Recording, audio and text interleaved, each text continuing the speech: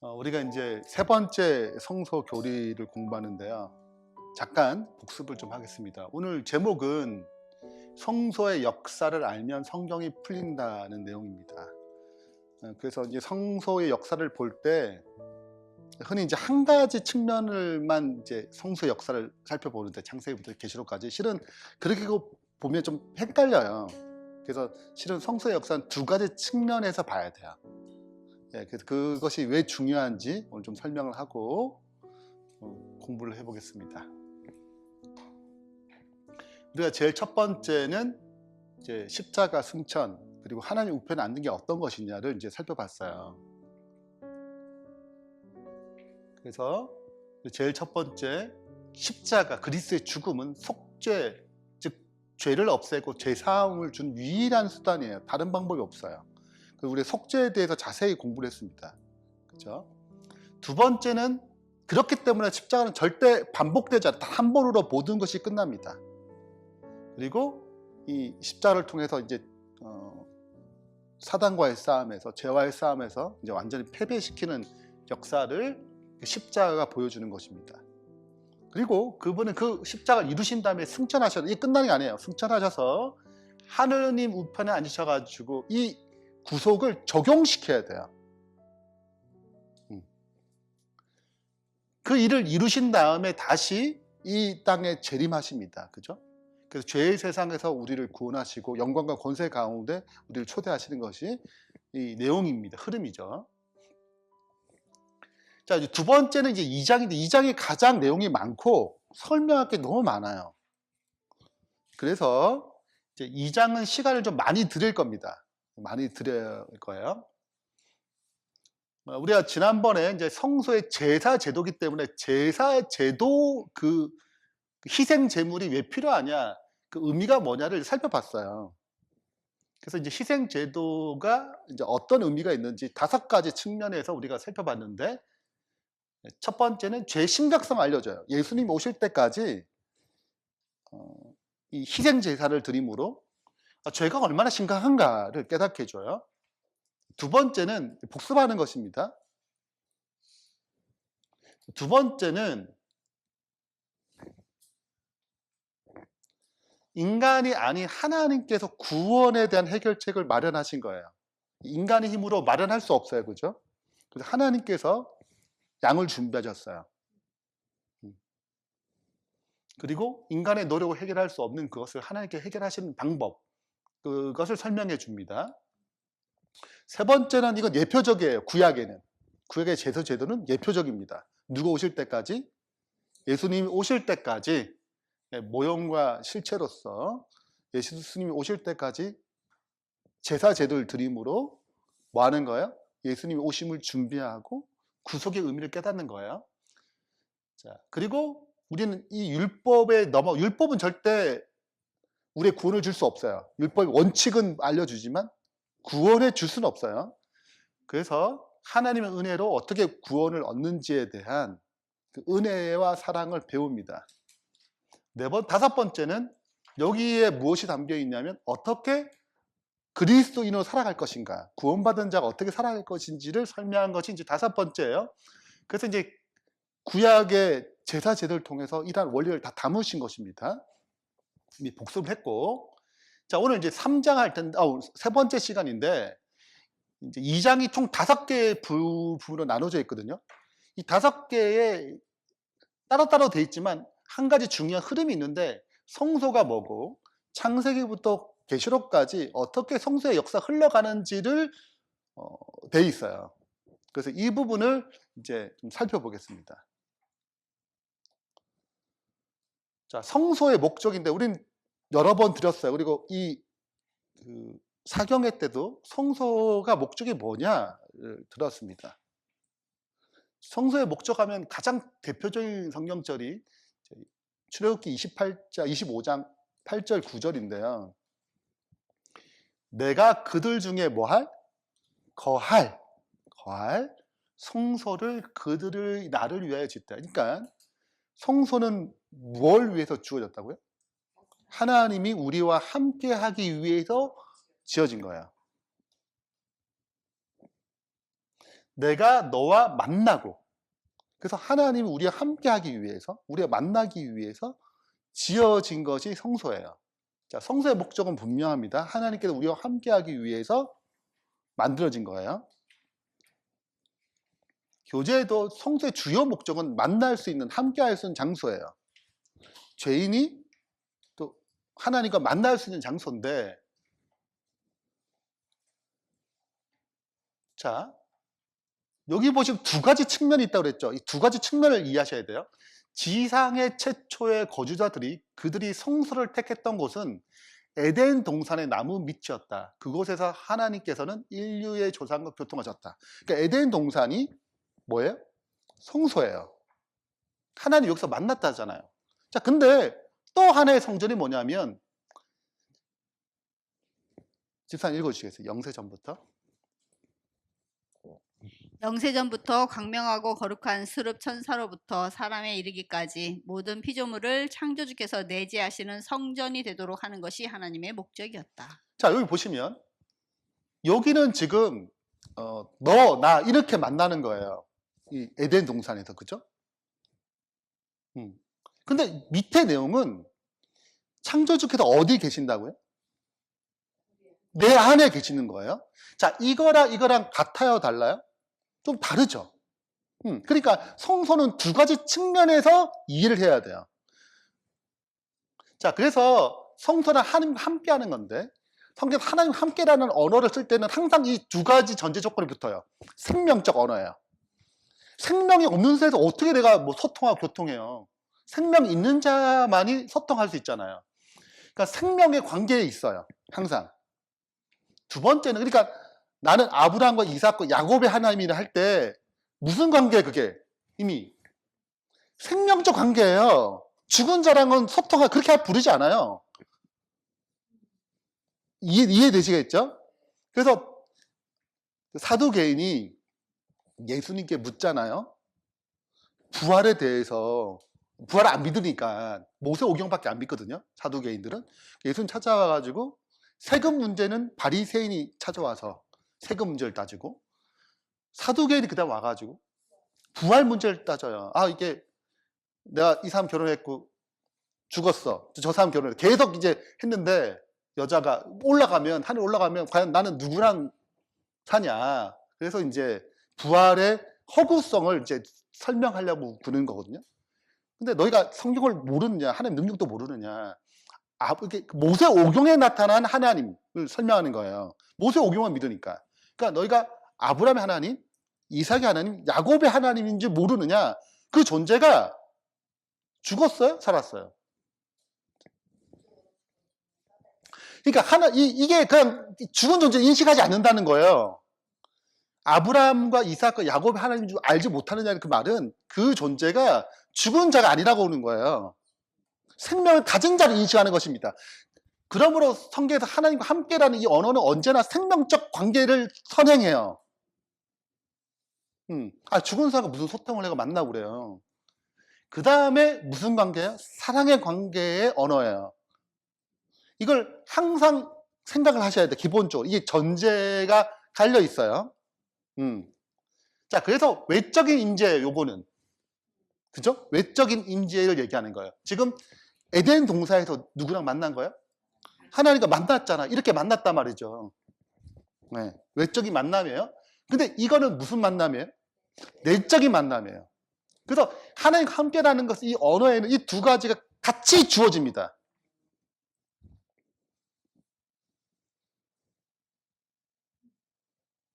외적인 임재와 내적인 임재가 있는 거예요.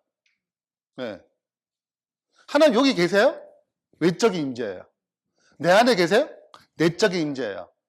자, 되셨죠? 우리 가운데 계신 하나님, 그 말은 외적인 임재예요. 내 안에 계신 하나님, 내적인 임재예요.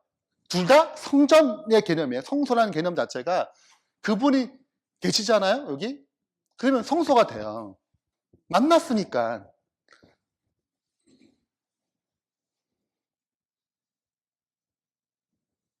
자, 이걸 정확하게 일단 이해하셔야 돼요. 그래야 그 다음 얘기들이 잘 이해됩니다.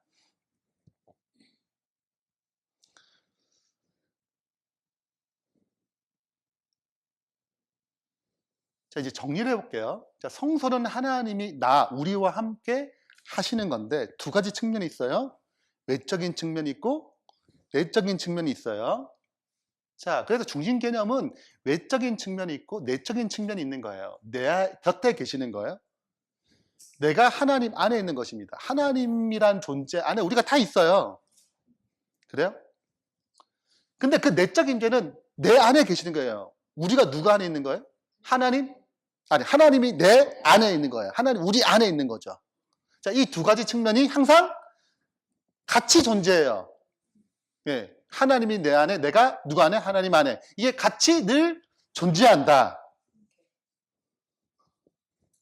네. 이게 중요한 개념이에요. 네. 자, 이게 정리되면 그 다음 볼게요.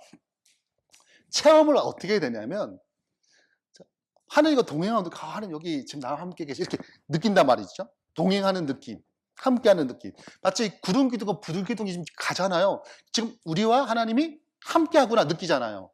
이런 느낌이에요. 예수님이 제 아들 같이 옆에 섰잖아요. 그죠? 그런 느낌. 네. 그래서 외적인 동행을 느끼고 경험한단 말이죠. 아, 하나님이 구름 기둥 저렇게 인도하시는구나. 그죠? 내적인 교제가 있어요. 내가 그 하나님을 느끼고, 내 안에 계시는구나. 내 삶의 변화가 일어나고. 좀 차이를 좀 이해되시겠죠?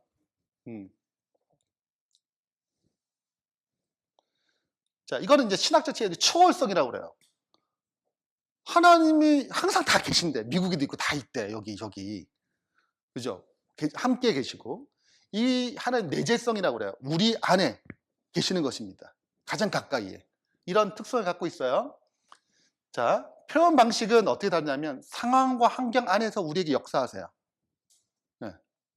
환경을 조성해. 상황을 조성한단 말이죠. 근데 여기서는 어떻게 나타나는가? 마음계, 내 영 안에서 역사하시는 것입니다. 강조점이 있는데, 자, 하나님이 외적으로 동행하고 보호하세요. 그래서 하나님의 자녀의 정체성은 내가 언제나 하나님 안에 있다, 그리스도 안에 있다라고 표현하는 것입니다. 네, 기초고. 자, 여기는 하나님이 내적 임재하잖아요. 내 삶의 변화가 일어나고 하나님의 자녀된 삶의 모습이 나타나는 거예요. 누가 내 안에 계실 때, 그리스도 내 안에 역사하실 때 내 삶의 변화가 일어나. 내 안에 하나님이 내 삶을 변화시키는 것입니다. 예수님이 자주 하시는 말씀이 있어요. 내가 하나님 안에, 하나님이 내 안에. 너희가 그리스도 안에, 그리스도가 너희 안에. 이게 이제 큰 흐름이란 말이에요. 자, 그래서 원래 범죄 전에는 이게 완벽했습니다. 하나님과 교통을 했어요. 동시에 그분은, 성령님은 내 안에 계셔가지고 내 삶을 더 하나님을 닮아가도록 역사하셨단 말이에요. 이게 같이 일어나는 거예요.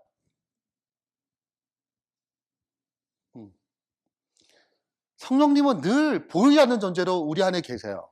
언제 전부터? 우리를 창조할 때부터. 우리가 누구의 전이에요? 하나님의 전이에요. 그럼 성령이 우리 안에 이미 거하세요. 근데 예수님은 어떻게? 이렇게 만나. 자, 이게 좀 차이가 아시겠죠?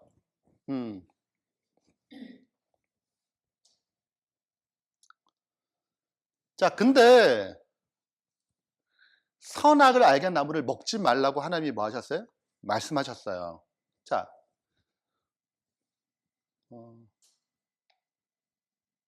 반드시 말이라 죽으리라. 자, 그러면 하나님이 우리를 창조하셨을 때, 우리가 태어날 때 내가 태어나고 싶어서 태어나셨어요? 아니, 봤으니까 태어난 거야. 부모를 선택할 수 있어요? 아니요, 선택할 수 없어요. 자, 아담이 딱 태어났어요.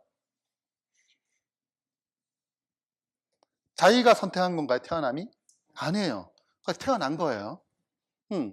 그러면 그가 태어난 것은 누가 창조한 대로 살아야 되는 거예요? 하나님이 창조한 대로 살아야 되는 거예요. 그렇게 DNA를 그렇게 하셨잖아요.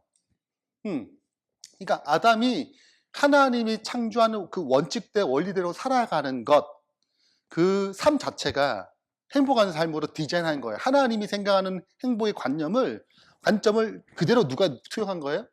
아담에게 투영해서 탄생했단 말이죠. 하나님 형상대로. 그러니까 그 형상대로 살아가게 되면 하나님이 누리는 행복을 누리고 즐겁고 행복하게 살 수 있는 거죠. 근데 그 삶을 거부할 수 있어요. 그게 뭘 먹는 거예요? 선악과를 먹는 거예요. 그러니까 하나님이 존재케 한 그 삶을 내가 뭐 할 때 거부하는 행위가 이거예요. 선택할 수 있는 거죠. 나는 하나님의 창조하는 방식대로 살기 싫어. 그러면 내가 거절할 수 있어요. 그러면 창조의 목적이 안 이루어지니까 삭제돼요. 그러니까 하나님이 원래 창조한 디자인대로 사는 것이 가장 행복한 길인데 난 그게 싫어. 그럼 굳이 꼭 그렇게 해야 돼? 그렇게 할 때 이제 문제가 발생하는 것입니다. 자, 이 자동차에는 휘발유를 넣는 거예요. 근데 괜히 싫어. 꼭 휘발유 넣어야 돼? 나 참기름 넣을래. 오늘 이상한 참기름 넣고 싶네? 넣을 수 있지. 근데 그 차가 멀쩡하겠냐고요. 고장나요. 가긴 좀 가더라고. 제가 싫어하는 차를 보니까 가긴 가는데 고장 금방 나요. 가더라고요. 근데 금방 망가지더라고요. 자, 그러니까 원래 디자인한 대로 뭐 해야 돼요? 살아야 돼요. 그게 하나님의 뜻이에요. 근데 거절할 수 있어요. 참기름 넣을 수 있지. 네. 그렇지만 문제가 생겨요. 제 차가 그 SUV잖아요. 근데 휘발유가 넣게 돼 있어요. 경유를 안 넣는단 말이죠. 그럼 제가 항상 신경을 써요. 왜냐하면 딴 사람 할 때 보통 이제 경유차가 많으니까 경유 넣으니까 항상 휘발유예요. 그 목적대로 어떻게 써야 되거든. 자, 근데 그래서 선악과를 먹지 않는다는 개념은, 그 생명과를 계속 먹는다는 개념은 하나님의 창조를 받아들이는 거예요, 내가. 그리고 그 사랑에 감사해. 내가 이렇게 날 창조하셨고 이런 값없이 그냥 해주시는구나. 감사하고 창조된 그 존재의 행복을 영원히 누리는 것을 뜻해요. 그렇게 살도록. 그러니까 안 먹고 생명과를 먹는 거죠. 여기에서만 하나님과 함께 하는 것이 가능합니다. 이런 상태에서만 하나님과 함께 하는 것, 성소의 기능이 이루어지는 거예요. 됐어요? 네. 자, 근데 선악과를 먹는다는 거는 하나님의 창조와 함께함을 거부하는 거예요. 그죠? 그러면 다시 뭐로 돌아가요? 원래 없던 데 돌아가는 것입니다. 그게 자연스러운 거예요. 그래서 원래 없던 대로 너는 흙이는 흙으로 돌아가는 것입니다. 자, 근데 사탄이 유혹하잖아요. 누구처럼 된대요? 자, 이 말은 뭐예요? 지금 내가 창조된 존재를 굳이 그렇죠. 하나님이 창조된 그 존재가 싫은 거예요. 이 말 들으니까 누구처럼 된대요? 레벨업을 할 수 있대. 이게 더 가치 있게 느껴지는 거지. 그러니까 내가 하나님께 주신 그 말씀과 그 계명이 싫은 거라. 그게 제 본성이에요. 그래서 그 아닌 것을 추구하는 것입니다. 마치 그게 더 좋은 것처럼, 더 나은 것처럼. 하나님처럼 되어 안 죽어도 안 죽는다니까? 그 뜻은 거짓말이라니까? 그래서 홀라당 넘어갔어요, 이 게임에. 그래가지고 사단에게 속임당해서 하나님의 창조를 거부하는 것입니다. 자, 그러면 죽어요. 존재가 끝난단 말이죠. 엄밀하게 말하면 선악과를 딱 먹자마자 실은 끝난 거예요. 그건 아직 실험만 안 될 뿐 이미 나무의 가지가 끊어져 나간 거예요. 아직 생명이 있네. 이게 아니라니까요. 이미 끝난 거예요. 네. 아니, 나뭇가지 자주 하는 말처럼 나무의 가지가 잘라나면 바로 시들어요? 죽지만 시들진 않아, 당장. 요 상태가 아담과 하와가 선악과 먹을 때예요. 먹자마자 빛의 옷이 사라졌어요. 그 뭐예요? 관계가 끝났다. 생명이 끝났다. 이것을 얘기하거든요. 자, 그래서 정리하자면 오직 너희 죄악이 너희와 너희 하나님 사이를 갈라놓아요. 이제 분리가 일어나는 것입니다. 함께 할 수 없어요. 자, 근데 이 죄를 선택하게 되면 뭐 어떻게 되느냐? 자, 예레미야 17장 13절에 이스라엘의 소망이신 여호와여 무릇 주를 버리는 자는 다 수치를 당할 것이라 무릇 여호와를 떠난 자는 흙의 기록 대용이. 자, 뭐로 돌아가는 거예요? 흙으로 돌아가는 거예요. 이는 뭘 버렸어요? 생명의 근원을 버렸어요. 생명의 근원을 버리면 바로 뭐가 되는 거예요? 흙이 되는 것입니다. 존재하지 않을 때 돌아가는 거예요. 원래 창조의 목적을 상실했기 때문에. 그래서 생명이 상실되고 사랑의 관계가 다 깨지는 것입니다. 자, 그러니까 먹는 날에 반드시 뭐 하리라? 죽으리라요. 자, 그리고 너는 흙이니? 흙의 기록, 이게 똑같은 말입니다. 흙으로 돌아가요.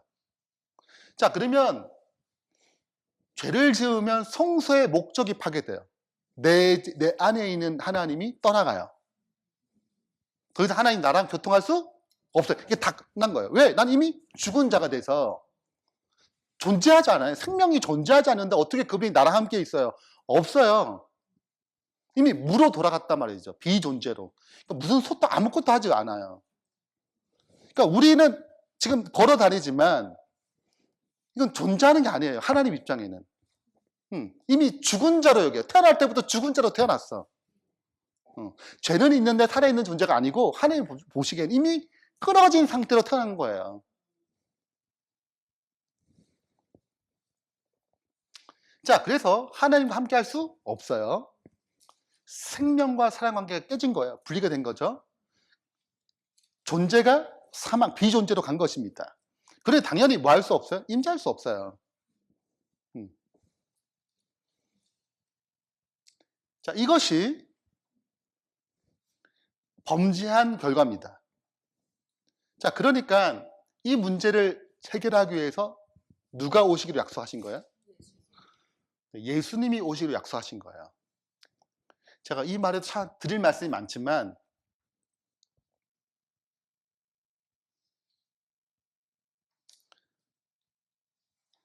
자, 예수님이 무슨 여자의 후손으로 오셔야 돼요?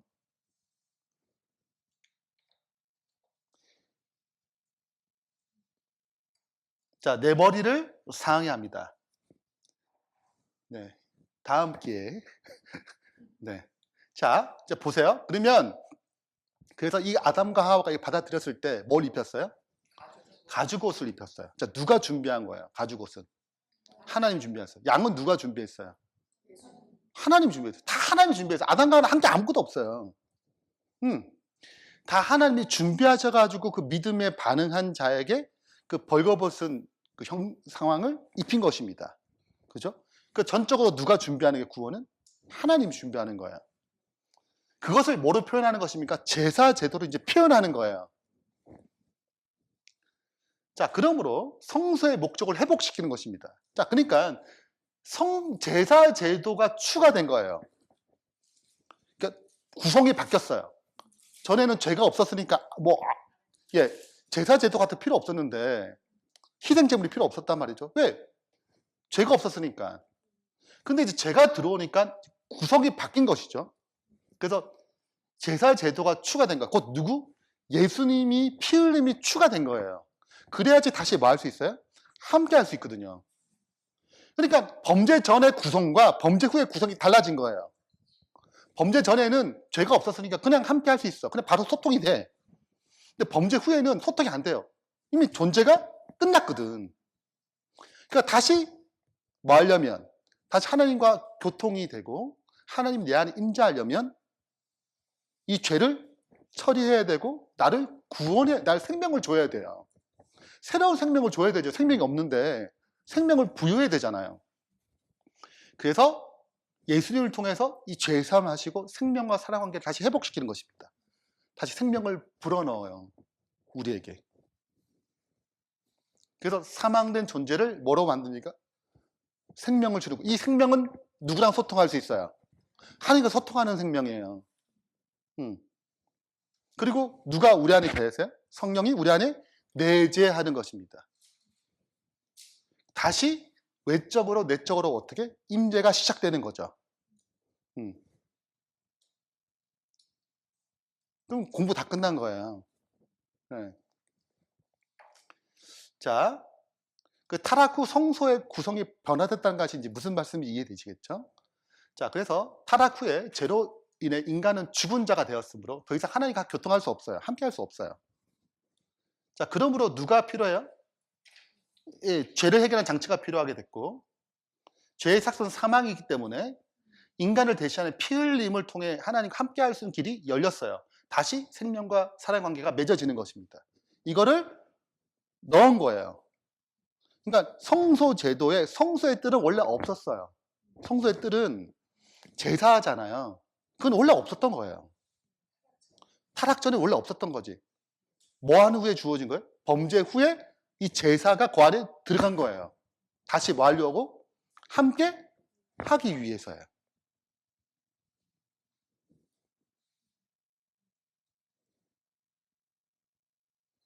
자, 개념을 잘 정리하셔야 돼요.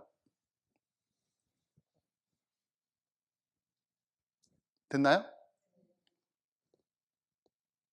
자, 그래서 성소는 이렇게 해서 이제 하나님이 인간과 함께 할 수 있도록 이제 기획된 것입니다. 자, 왜냐하면 우리는 이미 범죄했기 때문에 몰라요. 다시 원래 비존재가 다시 존재하게 되려면 모르잖아요. 방법을 모르는 거예요. 그러니까 자, 우리가 왜 아직 이게 있는 거예요? 원래 죽은 자인데 왜 아직 바로 흙으로 가지 않고 우리가 왜 있죠? 원래는 죽었잖아요. 그럼 바로 흙이 돼야 돼. 아담과 우리 안 태어나야 돼 원래. 근데 지금 생명을 했잖아요. 근데 생명을 가진 자로 태어난 게 아니라 실은 죽은 자로 태어난단 말이죠. 자, 왜 우리에게 이런 기회가 주어지냐면 예수님께서 뭘 하셨기 때문에 구속의 계획을 하셨기 때문에요. 그러니까 우리가 지금 살아가는 모든 사람들은 예수님의 믿든 믿지 않든 그분의 은혜로 지금 어떻게 태어난 거예요. 이렇게 비존재가 됐을 때 이 문제를 뭐 하기로 책임지기로 결정하셨기 때문에 우리는 뭐 하는 거예요? 지금 있는 것입니다. 네.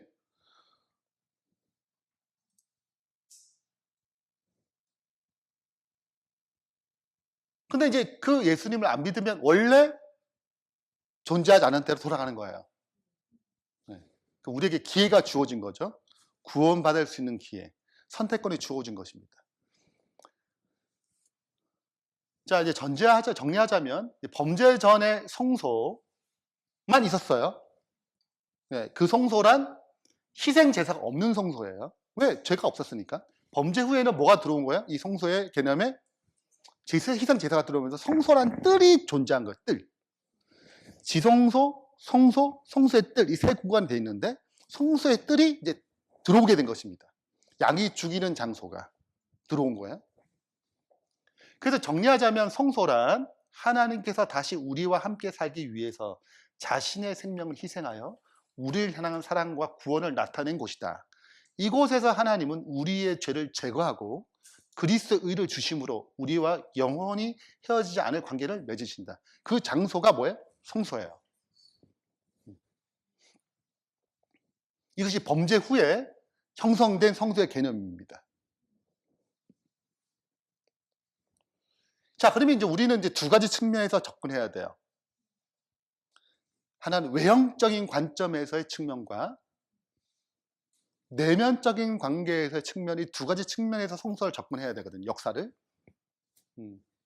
즉 외형적인 성소와 내면적 성소로 나눠져야 돼요. 외형적 성소란 지금 눈에 보이고 가시적으로 보이고 이렇게 만질 수 있는 것들입니다. 내면적 성소는 비가시적이에요. 내 안에 들어오는 거니까. 성령이 내 안에 계시면 안 보이잖아요. 믿음의 눈으로 볼 뿐. 근데 에덴 성소, 뭐 제사 이거 다 보이잖아요. 네, 가시적이고 비가시적이에요. 그럼 한번 이제 살펴볼게요. 제일 첫 번째 범죄 전이에요. 에덴 동산 자체가 뭐예요? 성소였어요. 자, 그래서 거기 무슨 나무? 생명나무와 중앙에 선악을 알게 하는 나무가 있었어요. 그래서 그곳에서 하나님과 뭐하고? 만나고. 네, 이런 교제권이 이루어진 것입니다. 그래서 직접 하나님과 교통하고 얘기할 수 있는. 그래서 성령이 우리 안에 계실 때 우리가 영과 혼과 몸 배웠지만 그냥 성령과 내 안의 영이 소통해서 그냥 내 혼이 순종하고 내 몸에서 그냥 그리스도의 형상이 그 성령의 뜻이 그냥 흘러 넘치는 것입니다. 자연적으로. 네, 이게 에덴 성소 때 모습이었다. 자, 근데 범죄를 했잖아요. 그걸 원시성소라고 그래요. 자, 원시성소란 뭐냐면, 자, 창세기 3장 24절에 보면 아담과 하와가 나올 때 거기 두 그룹을 거기서 지키게 있어요.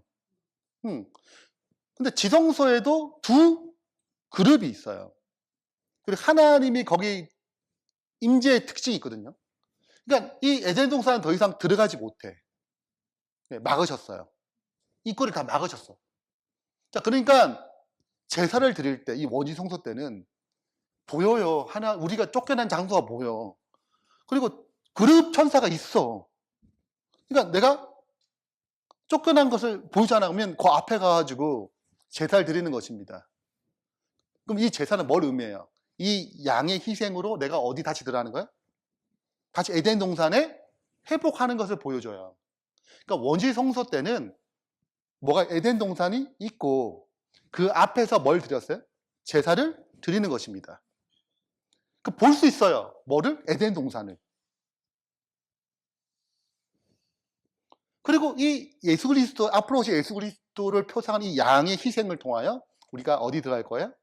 죄가 처리되고 생명이 부여돼서 다시 하나님의 교통이 되는 이 곳에 들어갈 거예요. 이게 이제 뭐가 된 것입니까? 구원의 약속이 주어진 거죠. 이렇게 믿음을 표현했단 말이죠. 이렇게. 자, 우리의 시조가 쫓겨난 순결하고도 아름다운 에덴 동산은 하나님께서 세상을 홍수로 멸망시키러 작정하실 때까지 세상에 남아 있었어요. 계속 있었어. 그죠? 하나님께서는 그 동산을 만드시고 특별히 축복하셨으며 그 후에 그분의 놀라운 섭리 가운데 그 동산을 이 세상에서 철수시키셨으나 거두 가시기 전보다 더욱 아름답게 단장하여 다시 이 세상에 돌려주실 것이다. 그때가 언제예요? 삼림 때지. 재림 때는 안 해요. 재림 때 우리는 올라가는 거고 세 번 삼림 때는 그 천국이 어디 내려오는 거예요? 이 땅에 내려오는 거죠. 그래서 이 지구가 뭐가 되는 거예요? 하나님의 수도가 되는 거예요. 온 우주의 수도가 되는 거죠. 여기 거하시니까. 무슨 냄새가 나나요? 아닌가? 자, 정리되셨어요? 자, 원시 성소 때는 뭐가 있어요? 이 에덴 동산이 있어서 거기서 뭐 했다? 창문을 조금 열을까요? 나는 약간 열어볼게요.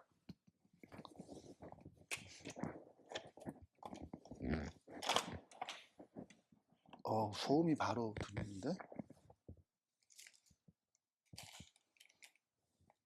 난 왜 탄내가 나지? 나만 그런가요? 어? 아닌데 향기로운데? 자, 넘어가겠습니다. 이 세 번째는 노왕수 때 에덴 동산도 없고 다 황폐해졌어요. 그럼 노아는 보세요. 노아는 자, 이게 중간에 있는 사람들이 굉장히 중요한데 아담은 범죄 전 세계를 맛봤어요. 그리고 쫓겨났잖아요. 그러니까 에덴 동산이 어떤 세계인지 알아요. 아담이라는 사람은. 자, 노아는 어떤 경우냐면 그러니까 홍수 이전의 세계를 맛본 사람이에요. 그죠? 에덴 동산이 어떤 건지 알아요. 거기서 제사를 드렸으니까. 그러면 노아가 제단을 쌓을 때 그의 머리에는 뭐가 그려져 있을까요? 그 에덴 동산이 그려져 있지. 왜? 이걸 통해 에덴 동산 돌아가는 거니까. 그냥 제단을 쌓은 게 아니야. 그는 이미 그렇게 제단을 드렸기 때문에 제단을 쌓을 때 아무것도 없지만 그의 경험에는 뭐가 있는 가 앞에?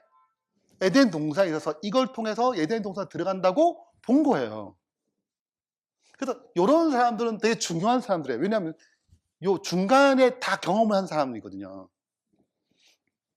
제단 성소는 뭐가 없는 거야? 에덴 동산이 없어진 상태를 보여줍니다. 이거를 구슬로 얘기했을 거 아니에요. 아브라함까지. 그 아브라함도 제단을 쌓을 때 본향을 생각한 거예요. 교육 받아왔잖아요, 계속. 그러니까 하늘 본향, 이게 올라가서 하늘 본향을 생각하면서 이게 내려오는 것입니다. 아, 이렇게 해서 우리가 에덴 동산에서 쫓겨났고 다시 에덴 동산 돌아가는 방법이구나. 이거를 어떻게 배워왔겠죠? 아브라함, 이삭, 야곱 쭉 가면서 사라졌어요. 이제 어디 들어가가지고 애굽에 들어가서 다 사라졌어. 다 까먹었어. 다 잊어버렸어요. 그래서 이제 하나님 모세를 통하여 다시 어떻게? 다시 이 성전을 다시 회복시키는 것입니다. 그래서 성막 성소를 만들죠. 누구 때까지? 솔로몬 성전 때까지. 그래서 이제 성막을 통해서 보다 더 구체적으로 구원의 뜻을 계시하십니다. 네. 자, 그 다음 이제 솔로몬의 시작으로 예수님 때까지 성전 성소가 진행돼요. 솔로몬 성전을 지었다가 이제 바벨론에 포로 잡혀가면서 예루살렘 멸망하면서 이제 솔로몬 성전 다 무너지고 우리 학교에서 공부했잖아요.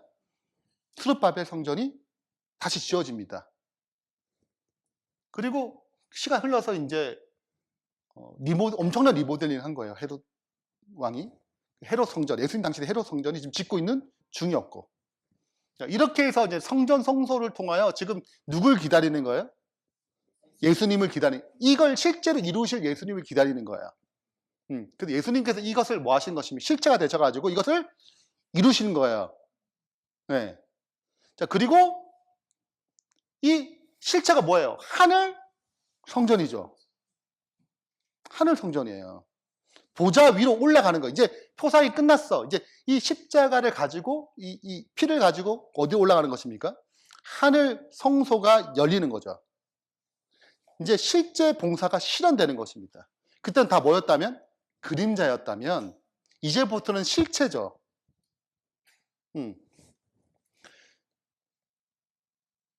10부터 9장 24절 14절 읽어주시겠어요? 그리스도께서는 참 것의 그림자인 손으로 만든 성소에 들어가지 아니하시고 바로 그 하늘에 들어가사 이제 우리를 위하여 하나님 앞에 나타나시고. 참 것이 있고 그림자가 있네요. 그림자는 누구로? 사람의 손으로 만든 거예요. 그렇죠? 솔로몬 성전이든 모세가 만든 성막 성소든 다 사람이 만들었어요. 근데 참 것의 그림자예요. 참 것이 뭐예요? 하늘 성전, 하늘 성소예요. 자, 그림자의 손으로 만드신 성소에 들어가지 아니하시고 바로 그 하늘, 실체잖아, 실체. 들어가서 이제 우리를 위하여 하나님 앞에 나타나시고 이제 실체가 되신 것입니다. 그분이 대제사장이 되셔가지고 하늘에서 뭐 하는 것입니까? 성소 봉사를 하시는 거예요. 보다 자세한 내용은 우리가 이제 앞으로 공부할 거지만 자, 전체 흐름만 보자고요. 자, 그러면 언제까지예요? 예수님은 부터 언제까지? 삼림 때까지예요. 왜? 삼림 하실 때 누가 소멸돼요? 죄와 사탄과 이 모든 것을 소멸시키거든요. 그리고 새롭게 창조하십니다. 네. 그러므로 7번째 진짜 성소는 궁극적으로 언제 해결되냐면 원래 성소의 목적이 이루어지려면 죄가, 그렇죠? 하나님의 나라를 창조를 반대했던 모든 존재는 원래 없던 존재로 돌아가야 되는 거예요. 네. 그래야지 완성이 되는 거지. 그래서 대속죄, 속죄일 날 양을 어떻게? 내 보냄으로 끝나는 거거든요. 그래서 삼림 때 비로소 죄를 완전히 소멸하시고 끝나요. 그래서 20장은 계시록 20장은 뭘 소멸하는 장면이냐면 사탄을 소멸하는 장면이에요. 그 다음에 얘기하십니다. 보라, 하나님의 21장, 22장은 소멸 후의 얘기예요. 보라, 하나님의 장막이 사람들과 함께 있으니, 네, 하나님이 그들과 함께 계시니, 그들의 눈에서 눈물을 식히시고 사망은 다시 있지 않으니. 그러면서 얘기를 쭉 하시면서 성 안에 내가 뭘 보지 못했어요. 보지 못하였으니 이는 주 하나님 곧 전능하신 이와 및 어린 양이 그 성전이 되십니다. 이제 원래 목적대로 돌아가는 것입니다. 더 이상 무슨 성전이 필요 없는 거예요. 이 성전은 무슨 성전이에요? 우리를 구속하는 피 흘림이 있는 머른 성전의 개념은 이제 끝났어. 원래 목적대로. 원래 희생 제사가 없었잖아요. 이것이 다 끝나면 다시 돌아가는 것입니다. 원래대로. 그래서 원래 성소의 목적대로 다시 돌아가는 것. 이렇게 해서 성경 창세기부터 계시록까지 흐름이 이렇게 흘러가요. 자, 이제 성경을 보겠습니다. 이제 성경입니다. 핸드폰으로 보셔도 돼요. 계시록 1장입니다. 계시록 1장.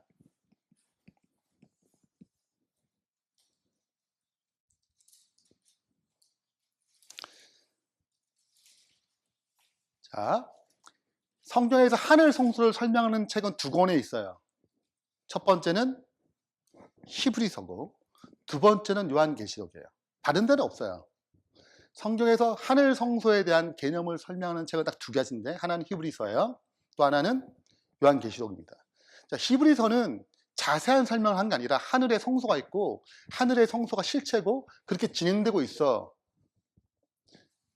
지금 우리의 구원을 위해서 예수님께서 중보하셔. 이것이 큰 흐름이에요. 그때 양으로 들었잖아? 그 양의 실체가 예수님이야. 그때는 양의 피로 뭐 했지만, 양의 피로 성소에 들어갔지만, 이젠 누구의 피로? 예수님의 피로 단 한 번으로. 양은 여러 번 죽어야 되지만, 예수님은 단 한 번에 온 인류를 위해서 죽으셨기 때문에 단 한 번으로 뭐예요? 속죄가 이루어졌어요. 그 피로 어떻게? 하늘 성소가 진행되는 것입니다. 그것이 히브리서가 설명하는 내용이에요. 근데 요한계시록은 달라요. 요한계시록은 아주 디테일한 과정을 설명합니다. 자, 그래서 이제 계시록에 나오는 성전에서의 그 기구들, 성소 기구들을 보여줄 거예요. 예수님께서 어떻게 봉사하시나. 자, 요한계시록 1장.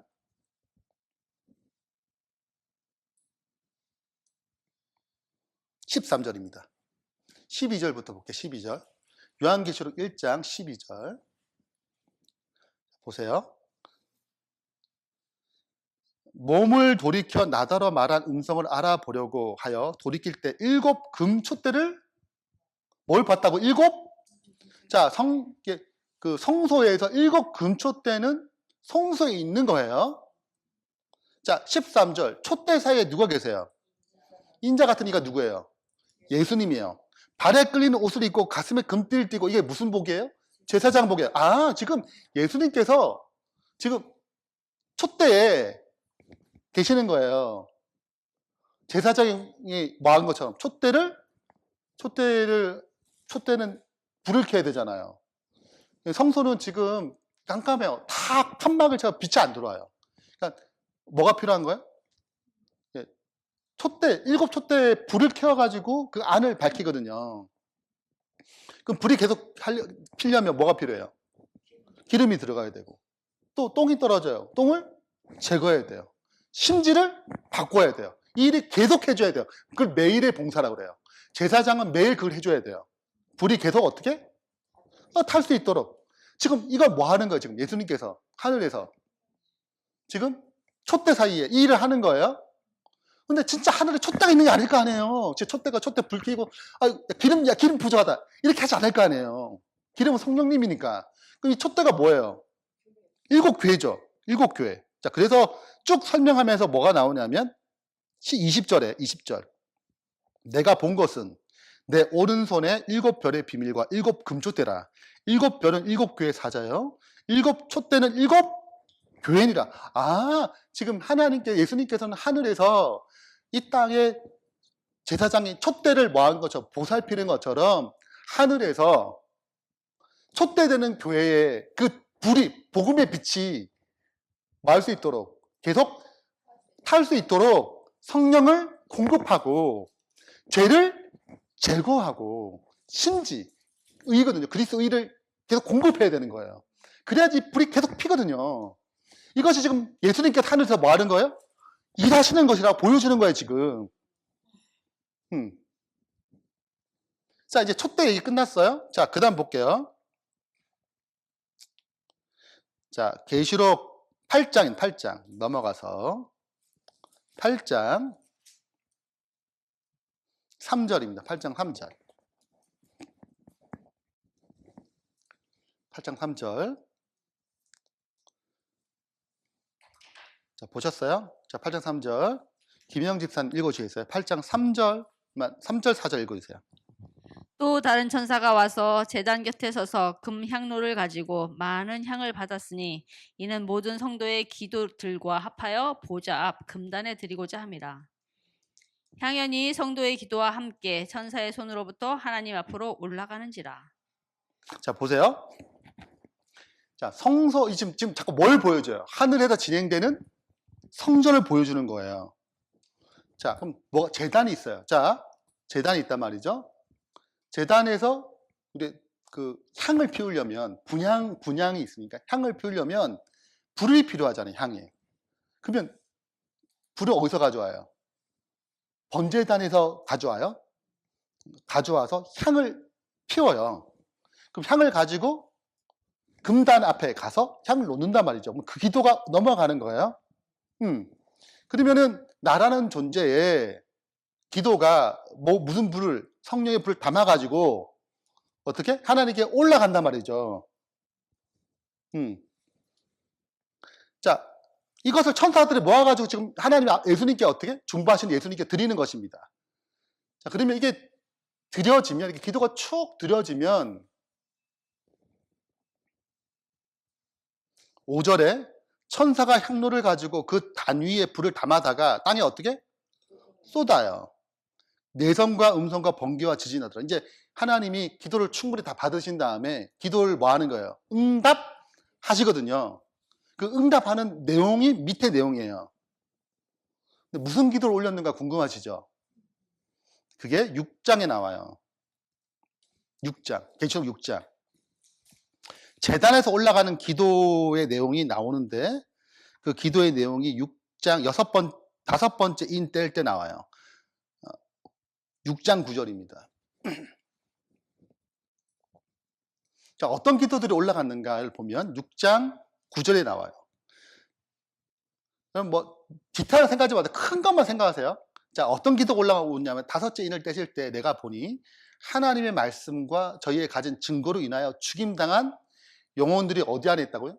제단 안에 있대요. 이제 비유적 표현이에요. 그러니까 순교 당한 자들이 어디 안에 있다고요? 번제단. 예수님이 순교하셨잖아요. 그처럼 그 순교의 길을 걸어간 사람이 다 그 피가 어디 묻어요? 제단에 있다는 거예요. 자, 근데 소리를 질러요. 뭘 소리를 지르냐면 큰 소리를 부르는 것입니다. 가로되 거룩하고 참되신 대주제여 땅에 가는 자들 심판에 우리의 피를 신원하여 주지 않기를 어느 때까지 하냐니까. 지금 복음 증거하다가 죽었단 말이죠. 자, 의를 행하다가 죽었잖아요. 억울해 안 억울해요? 자, 아벨이 누가 죽였어요? 아벨은? 근데 가인이 죽임 당했을 때 그 피가 신원했을까 안 했을까요? 핏소리를 듣는 거예요. 그 비유적 표현이죠. 자, 그러면 수많은 믿음의 사람들이 복음을 증거하다가 죽었어. 억울하게 죽은 거죠. 악인들에게. 그 피가 있단 말이죠. 근데 아직 뭐가 되지 않으므로 11절 각각 저희에게 흰 두루마기를 주시며 가라사대 때 아직 잠시 동안 시대 저희 동무 종들과 형제들도 자기처럼 죽임을 받아 그 수가 아직까지 너희의 희생으로 구원받을 사람이 필요해. 아직 잘 모르거든. 너희의 희생으로 저 사람이 구원받기를 기다려야 돼. 그 기다리는 거예요. 그러니까 스데반의 죽음으로 사도 바울이 구원받고 이 역사 있는 거예요. 순교자의 죽음으로 수많은 사람이 구원받기 시작하는 것입니다. 그러다가 뭐가 있는 거예요? 수가 뭐하면? 차면 그 수가 찬다는 것은 뭐가 끝났다는 거예요. 은혜 기간이. 그러면 뭐가 있어요? 심판이 있는 거예요. 그 심판의 내용이 금방 읽었던 7 나팔 얘기예요. 그러니까 올라갔잖아요. 받았어. 마침내 때가 됐어요. 그걸 다시 어떻게? 붙는 것입니다. 응답이 됐어. 이제는 더 이상 구원받을 기회가 없기 때문에 은혜 기회 끝났기 때문에 그걸 거두는 것입니다. 죄의 값을 거두는 거예요. 그것이 이제 7 나팔 얘기예요. 지금 계속 뭐가 성소로 중심으로 이게 계시록이 진행돼요. 성전이 계속 진행되는 사도 이게 요한을 보는 거예요. 성전에 지금 어떻게 예수님이 어떻게 활동하시고 무엇이 이 땅에 이루어지고 이거 보는 겁니다. 쭉. 성전이 계속 있어요? 있어요. 자, 요한계시록 11장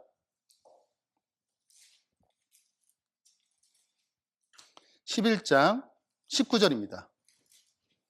자, 이게 성소가 쭉 보여져요. 번제단도 보여지고 이게 보여지잖아요. 근데 드디어 11장 19절에 지성소가 열려요. 아직까지 지성소가 안 열렸단 말이죠. 근데 11장 19절에 뭐가 열린다고요? 지성소가 열려요.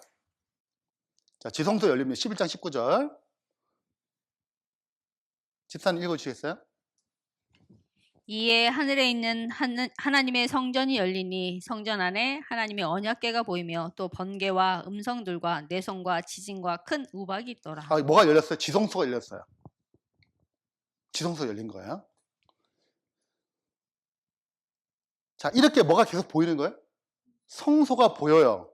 성전이 보인단 말이죠. 근데 마침내 성전이 다시 보지 못할 때가 언제예요? 요한계시록 21장 22절. 내가 뭘 보지 못했어요? 성전을 보지 못하였으니. 이제 끝났습니다. 뭐가 끝난 거예요? 우리의 구속을 위한 성전의 기능은 다 끝났다는 것입니다.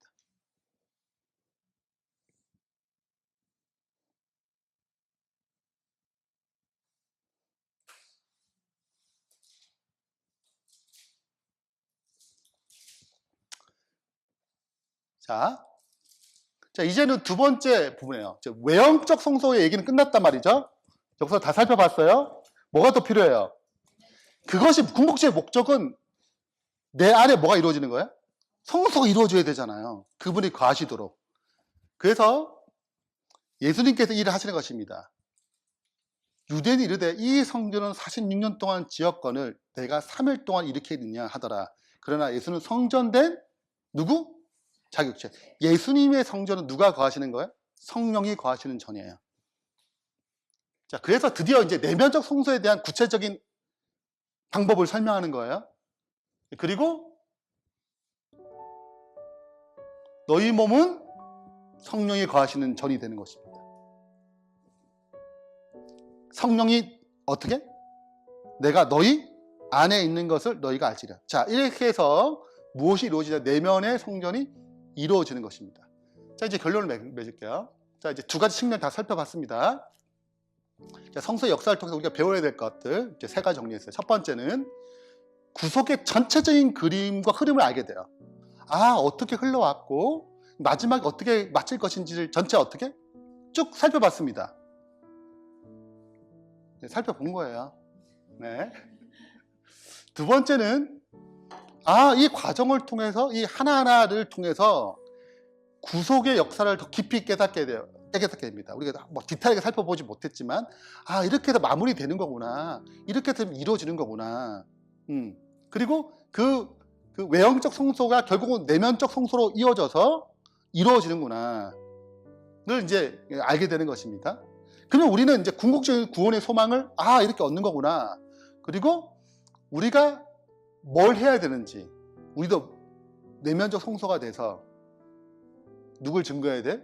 이 복음의 구원의 역사를 어떻게? 이 증거해야 될 사명을 가진 거죠. 이렇게 해서 이제 알게 되는 것입니다. 자, 마무리 읽고 마칠게요. 성소의 역사를 공부하는 것은 예수님을 중심으로 한 하나님의 구원 이야기를 발견하는 여정입니다.